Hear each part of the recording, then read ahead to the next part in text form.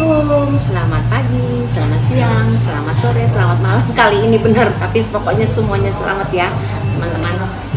Jadi ceritanya gini, aku ada cerita nih. Ada satu orang temanku, namanya Bunda Indri. Dia itu kalau pergi kemana-mana tuh sama kita tuh pasti selalu rame. Orangnya tuh emang kocak. Tapi nggak nyangka juga ya, dari kekocakannya dia itu ternyata banyak cerita-cerita mistis yang ada di dia. Nggak ngerti tuh guys, kenapa kok bisa cerita mistis itu bisa sampai ke dia. Pengen tahu, penasaran seperti apa? Ikutin ya obrolanku dengan Bunda Indri. Mudah-mudahan kalian semuanya suka. Jangan lupa komentar, like, dan tentunya subscribe. Oke?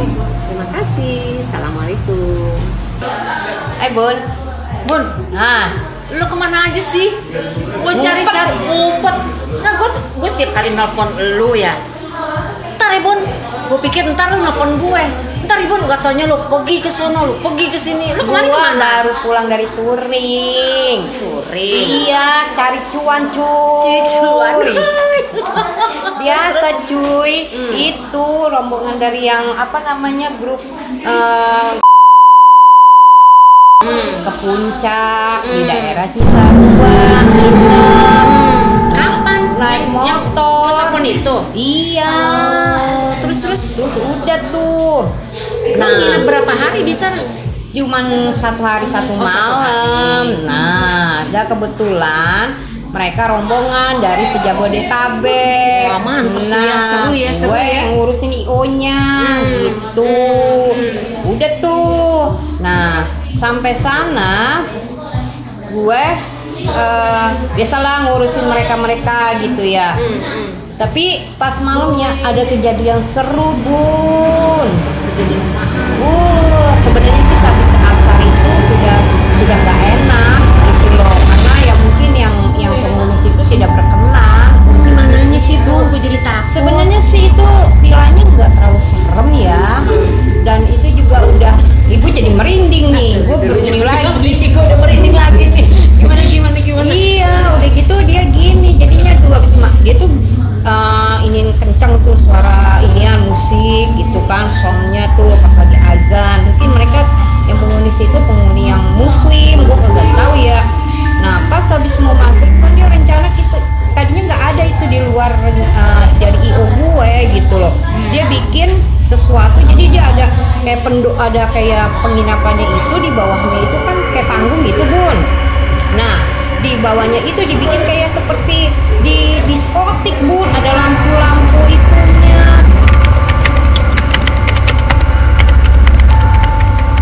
Nah malamnya itu tuh, nah habis maghrib ini gue udah feeling nih Bun. Ini udah berasa tuh ya, gue udah feeling nih, udah beda nih, udah berubah nih suasananya gitu loh. Tadinya suasananya sejuk kan, lu tahu sendiri deh di daerah sana kan dingin ya. Ini enggak Bun, panas Bun. Masa sih? Iya. Puncak padahal dingin banget. Makanya gue bilang gini, ini kok kayaknya beda gitu loh suasananya gitu ya. Udah tuh. Nah, gue dipilih satu lagi kan. Nah, di rumah. Nah pas itu mereka ternyata nyewa biduan. Nah, mereka itu di sana ya biasalah. Jadi kan kalau misalnya mau bikin acara kita udah bilang tempat yang di sini ada tanah luas kan gitu, taman gitulah. Udahlah gitu loh. Jangan di tempat lain gitu. Mereka maunya di situ. Jadi suasananya kayak seperti nightclub lah gitu loh. Udah tuh. Udah bener Bun, dia pada minum-minum Bun, pada joget-joget sampai si biduannya dicekokin minuman. Mereka mabuk sampai dia kayak udah dah, pokoknya udah semuanya udah yang kayak namanya ya nggak bener lah gitulah. Jadi ini kejadiannya malam. Malam pas jam 11 tank itu pertama itu ketua yang penyelenggara kesurupan perempuan. Serius Bun? Bener, gede orangnya badannya.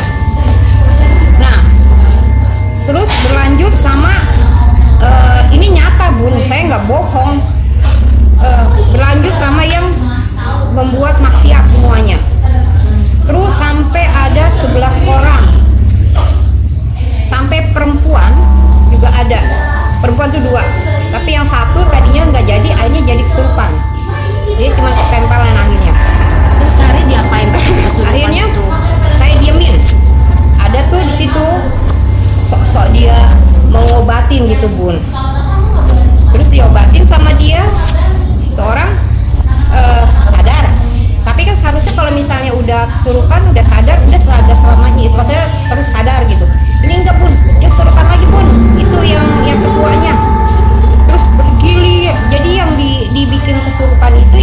berbuat maksiat. Pada akhirnya saya gemes ya, saya beres dari keluar dari toilet, saya tarik ada yang normal, saya ke pendopo itu, terus dia, saya lihat, saya pegang punggungnya, kamu lihat apa di sini? Saya bilang, dia bilang apa? Ya Allah, astagfirullahaladzim, ya Allah Bu, katanya gitu, tinggi gede Bu, ya Allah itu, katanya gitu, dia pakai jubah Bu, Jubahnya putih, berarti itu muslim Bu, katanya gitu. Gue merinding Bu semuanya. Akhirnya gue bilang, lu lari ambil wudhu, gue bilang gitu, ambil wudhu, lu suruh teman-teman lu pada wudhu. Saya bilang gitu, yang berbuat maksiat minta maaf sama dia. Pada nggak ada yang percaya Bun. Akhirnya saya tarik lagi itu orang, lu ini ambil wudhu. Saya bilang gitu, dia lagi keadaan mabok, setengah mabok Bun. Udah mau kesurupan Bun. Saya habis diambil wudhu, saya bilang sebelumnya sama yang normal itu, kalau misalnya ini nggak dihentikan sampai nanti azan subuh masih begini terus berlanjut, beruntun. jadi banyak tuh yang kena ya. Iya. Kalau lu ini jam 2 kita bisa stop. Kalau ada yang sudah minta maaf. Sebenarnya apa sih yang ada di situ? Maksudnya kenapa sih gitu loh? Emang tempatnya tadinya angker, orang nggak tahu tuh gimana sih? Atau datangan? Jadi dia tuh yang penghuni itu penghuni yang muslim Bun. Jadi dia tuh jin muslim. Dia nggak suka tempatnya itu dibuat maksiat. Nyanyi-nyanyi. Iya, mending kalau main nyanyi Bun, mabok-mabokan, udah gitu ada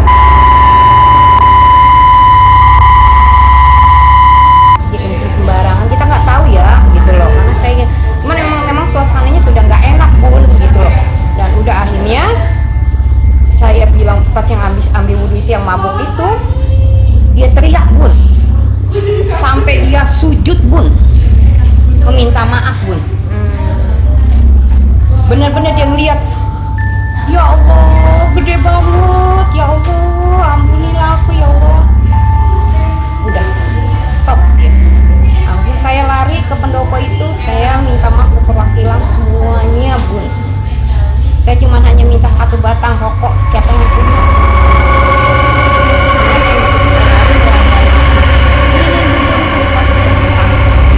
Saya duduk di situ, dia marah besar. Dan dia bilang katanya ya saya akan terima maaf kalian. Dengan cara sudah stop dan mereka harus ngambil air sembahyang. Jangan melakukan lagi. Udah kayak gitu, udah ngambil wudhu terus udah nggak ada ini lagi. Tank jam 2 tepat itu sudah berhenti semua sudah sadar. Saya minta perbandingan sama ibu-ibu yang ada di atas. Saya takutnya ini yang dia bawa bayi kan, karena keluarga ya. Nah, anak-anak itu takutnya sawan Bun. Karena saya berdiri di balkon atas itu, dari mana-mana akan datang karena dia pengen masuk ke dalam raga-raga orang yang kosong nih. Tapi sudah di stop sama yang dia penghuni yang memang yang disegani di situ gitu. Udah tuh jam 2 tank itu benar-benar sudah berhenti total, udah pada sadar semua Bu. Mungkin mereka kayak gitu juga karena nggak sadar kali Bun. Maksudnya emang karena ada pengaruh gitu juga kali? Enggak. Saya juga heran, saya udah bilang nih kalau misalnya nggak ada minta maaf sampai nanti azan subuh seperti ini terus, bahkan ada yang lebih parah. Tapi kalau misalnya ada minta maaf jam 2 tank pasti akan ini. Benar jam 2 tank, jam 2 tank. Mereka semua pada terkejut. Yang tadinya yang ngobatin, yang sok-sok ngobatin, mereka sudah dia bingung. Kok bisa cuma sekali doang sama saya bisa semua stop, semua normal kembali lagi. Dan saya bertanya sama ibu-ibu situ, gimana suasananya? Tadi sebelum jam 12 ke atas sampai sekarang yang jam 2 ke atas. Tadi panas Bu, suasananya nggak enak Bu, nggak kayak yang asar. Pokoknya itu suasana suasananya tadinya kan sejuk ya Bu, kayak gitu, dingin, itu panas Bu, gerah semua, keringetan memang bener. Padahal di luar ya. Di dalam Bun. Oh, di dalam rumah. Iya, pada kipasan. Nah, Karena rame kali Bun. enggak Bun, orang kita mah enggak rame. Kita tuh satu kamar itu cuman aja ada 6 orang, 6 inian doang. Dingin Bun, tiba-tiba panas, coba.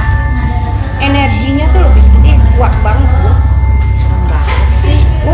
Bun, saya nungguin sampai saya nggak bisa tidur. Berarti Bun sampai pagi dong. Iya, sampai subuh. Takutnya nanti ada sesuatu lagi.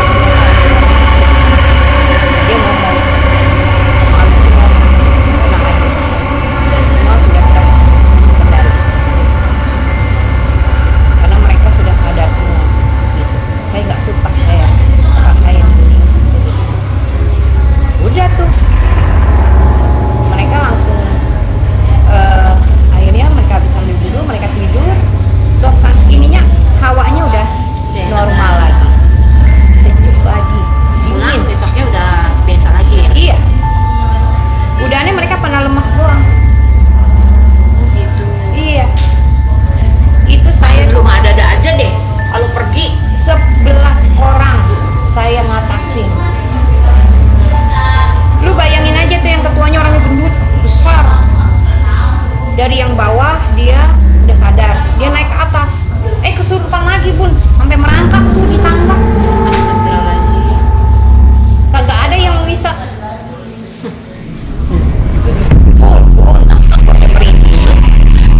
Kayak gitu. Udah ya, Jangan cerita gitu lah, ntar gua nggak bisa tidur nih. Gua jadi takut nih Bun. ini cerita real, bukan cerita yang bohong-bohongan. Perasaan lu kesana ya. Iya. Nah, yang sesudahnya juga gue sama Rosi juga gitu sama anak gue di Pelabuhan Ratu. Oke. Minum dulu deh, kita minum dulu deh. Habis. Ntar cerita. Ya habis pesan lagi gampang. Ntar gue bilangin ya. Guys, jadi itu cerita dari Bunda Indri. Masalahnya kejadiannya benar atau enggak, walau alam ya kita nggak tahu. Yang penting kita sebagai umat ya kita harus menjalankan ibadah sesuai dengan agamanya masing-masing. Dan ya siapa tahu cerita ini juga bisa jadi pengalaman juga buat kalian agar lebih berhati-hati. Itu aja sih sebenarnya dari aku.